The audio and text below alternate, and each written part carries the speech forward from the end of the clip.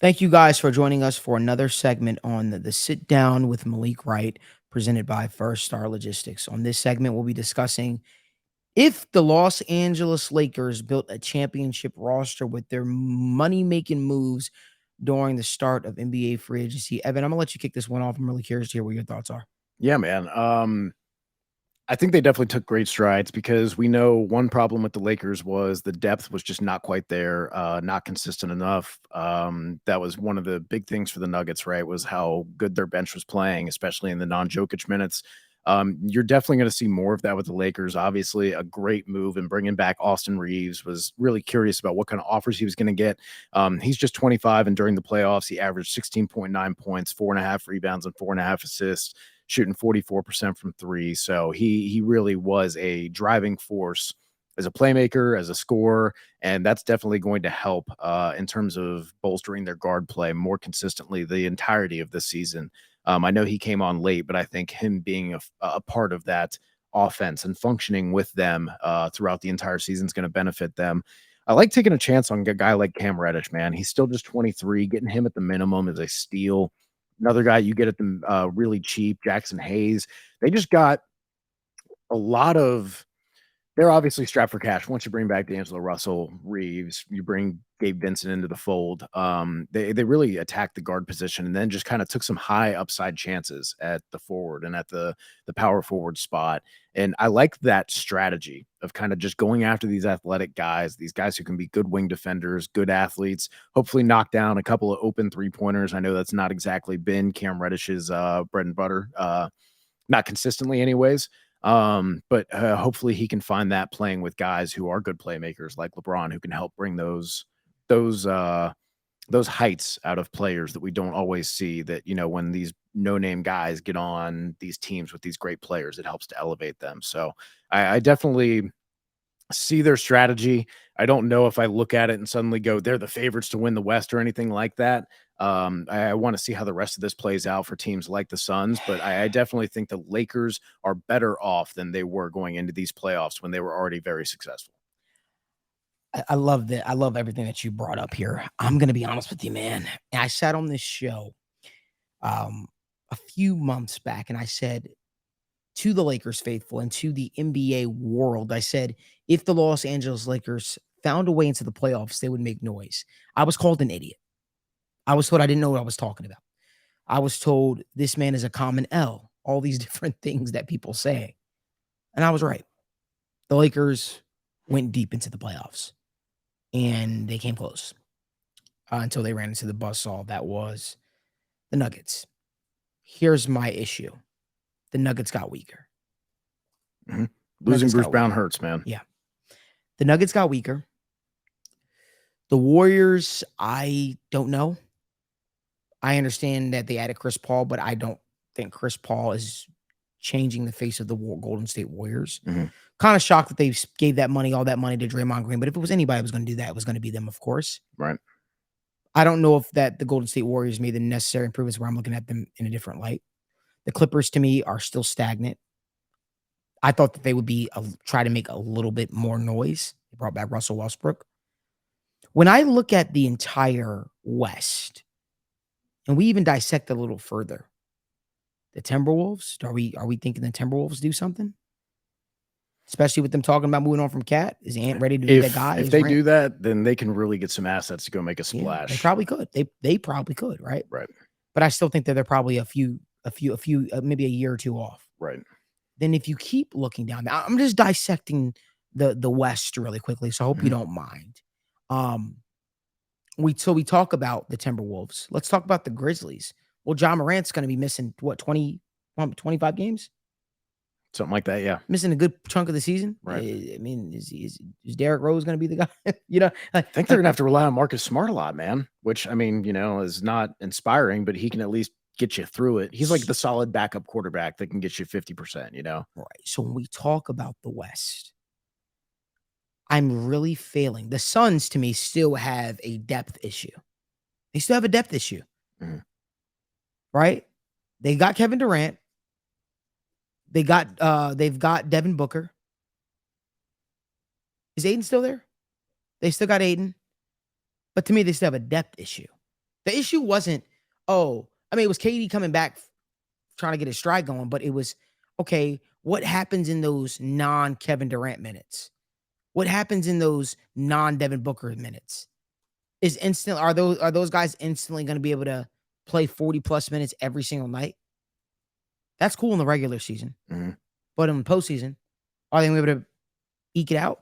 So I guess the moral of the story I'm trying to get at, I think the Lakers did build a championship roster because I think this roster is better than the roster that they put forth last year. I think that's fair. I think Gabe Vincent is an upgrade over Dennis Schroeder, in my opinion. From an offensive scoring standpoint, yes. There were games where Dennis Schroeder had 5 points. There were games where Dennis Schroeder scored no points. Well, Gabe will be a little inconsistent, but he definitely does give you a little bit as a playmaker. Liability and he's at on least he's a lot like a running back in pass blocking, where you're not necessarily looking for like high end play. You're just looking for the willingness, and that's him on defense, right? Is where he's willing, he's hard nosed, he's athletically challenged, so we know he's not going to be able to lock up all these guys, but at least he puts his nose in there and he tries, and when he's on, he can knock down threes and be sharp for them. So talking more about that. Monster move bringing Austin Reaves back. Yeah. I think Austin Reaves getting him at the price they did was really impressive. Yeah. Austin Reaves doesn't work for every team, but he works for the Lakers. Yes. And he seemed to really enjoy and take a lot for playing with LeBron. Here's my thing that's really important to me. When LeBron is off the court and with his older age, you need somebody that's going to be able to spell him or give him, you need a consistent offense when LeBron's not on there. You need somebody to be able to run the floor, right? Right. You bring back D'Angelo Russell. I'm curious to see how that move works out because all we heard reasonable about was deal though. And that's the thing is when you get that like kind of asset, obviously at that price, I think it's like 20 million a year is about the AAV. That's something that maybe trade deadline time comes around and someone's looking for a guard or someone wants to flip assets. That's good salary filler. That's good cost control for a starting guard that can give you playmaking and shooting on their best nights. I definitely think that that's maybe not permanent with the guard depth that they have. Right. I definitely think you could potentially see a trade down the line. Right. If it, I think they're happy to have him, but if something else comes along to where they say we have a real that opportunity, he's going to be ammunition. But let's talk more about it. Taurean Prince, fantastic. That was one that I did not touch on. That was really great. Getting him for the biannual, that's a steal, man. For getting someone who's that kind of wing defender, who's not.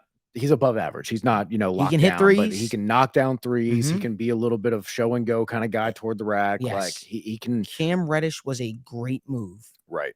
Great move because Taurean Prince is the veteran version of him that is a little bit better. That is what he you can hope hit, Cam Reddish Cam can Reddish be is a good one defender. Day. Right. Can hit threes. And that's LeBron's. That's the guy that's going to spell LeBron when LeBron's off the court. But let me tell you what the most impactful move was that they made. Bringing back Rui Hachimura. Rui was a great. That was one trade that I think a lot of people were hesitant to see how is this going to fit? How is this going to work out? Where's he going to carve out his kind of niche, his role in this offense? And he came out in the playoffs, man, and he was essential for them. I mean, he held his own as best as anyone can against Jokic when he was paired up on him. I mean, he was a playmaker, a scorer. I mean, his energy was important. And I think that was really an emphasis you saw with the Lakers was instilling youth. They wanted to get an infusion of youth, infusion of athleticism, even if it is just some of these minimum high upside guys. You definitely just want to get those energetic guys who have that pace, who will still have their legs under them at the end of the season and can really just give you that juice that you need when you're dragging there in the playoffs and you're playing these back-to-backs and suddenly you're like, man, everybody's worn down. These guys can help and kind of fill that void for some of these veterans, I think. And to your point, there's one before I say the Lakers are championship ready. There's one last move that they need to make, in my opinion. They need to get a backup center. I have a name. Who are you thinking? I'd call up a guy that was playing over with your rivals, with the Clippers last year, in Mason Plumlee. And I'd call Mason Plumlee up to see if Mason Plumlee would want to be a Los Angeles Laker. He did just agree to a 1-year, $5 million deal with the Clippers. Mason did? Yeah, about a couple hours ago. Screw that. I saw that earlier. That yeah, point. no, that's so. Do they bring back Mo Bamba? Do they bring him back? Thomas Bryant's over there with the Heat now. Yeah, I mean, and that was a good pickup too. I know they signed Jaxson Hayes, but I think that the Lakers, he's had limited minutes. He didn't. I don't know if he necessarily got the opportunity to grow and wasn't necessarily very consistent, but we know how tumultuous things have been with the Pelicans in recent years. I definitely think that's a good guy to take a chance on, right? That's, you're looking for young guys with good upside who came from organizations that weren't necessarily stable. I think that's a really high upside play, but I definitely, like you, would want to see them add a veteran who can kind of back up especially when, Anthony Davis, another year older, and if he was healthy last year, that makes me really scared for what this year might bring, if that was the healthy year, right? Oh, yeah. So that's just something to keep an eye on. But I agree. That's kind of the one hole that's kind of left staring you in the face right now. But I think if you're the Lakers faithful, I think you have to feel comfortable with his roster. I mean, hell, the Heat were rocking with Chris Birdman Anderson as their starting center there for a while with Josh McRoberts and everybody else. Like, no, it's fine, man. You can get by with that for sure. Yeah, I think this is a championship level Lakers team. Right. I think adding a backup center would do them wonders and would help prolong Anthony Davis to some degree, I would think. Talk about somebody who needs load management. There you go. Yeah, man. Yeah. I mean, even if they were to go, is Jakob Poeltl still a free agent?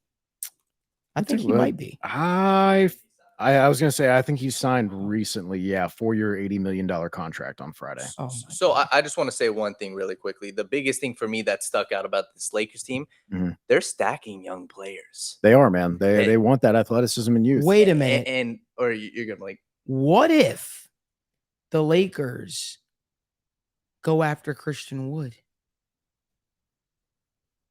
as their backup center? What if they add Christian Wood? I think that's fine. I think that'd be a good move. I think that make a lot of sense. Right. He has the scoring upside, I think, at least. I'd like that move for them a lot. But again, it'll be interesting. I just don't think he should be relying on, bringing back Tristan Thompson and all that. Although he played fine when he was with the league. Maybe it's something playing with LeBron. I don't know. What were you saying? So, I'm not going to say that they're going to make another move, but the young guys, Max Christie, right? Lonnie Walker's only 24. He's a guy, I still think can be a stud. You got young guys, all like Scottie Pippen Jr., they just drafted Jalen Hood. You got a lot of young, talented guards. I'm not going to say they're going to make another move, but if you want to, you got guys who are under 25. Rui's 25. Christie's 20. Jaxson Hayes is 23. Taurean Prince, a little bit older, but Cam Reddish is only 24. Gabe Vincent's young. Jared Vanderbilt's young. This team's young. Their cluster of young guards is kind of what makes me think that D'Angelo Russell is expendable. And not that there might not be a drop-off, but that just... We didn't even bring it up. What's that? They brought back Jared Vanderbilt. There you go. They brought back Jared Vanderbilt. That was a good move. Right. Wow. Yeah. I mean...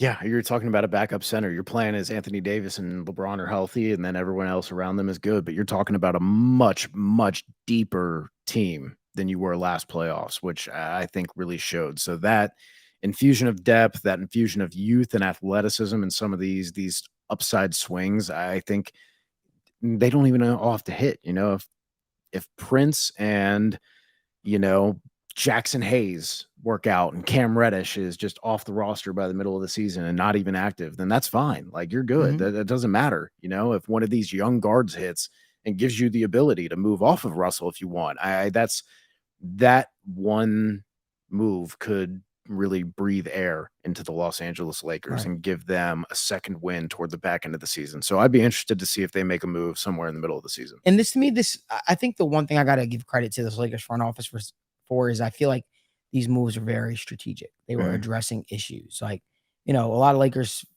fans, they just want you to go out there and grab the biggest name, right? Because they fall in love with the name. But if we talk about from a roster construction standpoint, like Bruce Brown wasn't a sexy name when the Nuggets picked him up, right? A lot of these players aren't quote unquote sexy names, but they got the job done. They fit their role. Can Cam Reddish, I'm not saying this. I'm not saying he is this person, but can Cam Reddish serve in a similar role as an Aaron Gordon? Well, for the Lakers, we'd say is Patty Mills a crazy, exciting name? No, but Patty Mills gets the freaking job done, dude. He knocks down 3-pointers and runs the offense. Was another Spurs guy, Boris Diaw. Was Boris Diaw exciting anybody? No, but the dude was a playmaker at the 4 and did the job and got done what it needed to be done. Like, you need those players, especially in today's NBA, where you're going to start seeing it's harder and harder to form a big 3 to pay these guys what they need to get, especially with all these constraints and different tax aprons that are going on now. A lot of it is going to be maybe winning with a big 2 and a lot of really good role players Mhm. after that, which I think you could maybe argue that You the can do Nuggets that. had last Yeah. year with between Jamal Murray and Jokic, and then Michael Porter would show up some nights, and Aaron Gordon would show up some Right. nights, and Bruce Brown would do his thing, and it was like you just had all these guys And it's chipping in. I was funny. I thought the Lakers were gonna get Bruce Brown because that's who they were targeting. Good pickup for the Pacers Oh, and the yeah, extension with because Halliburton. We'll get oh, around to that. But yeah, good well, for them. 100%, 100%. We appreciate you guys for tuning in. If you like more video content like this, make sure you give this video a like, subscribe to our YouTube channel, and let us know down in the comment section if you think this Lakers team is championship ready.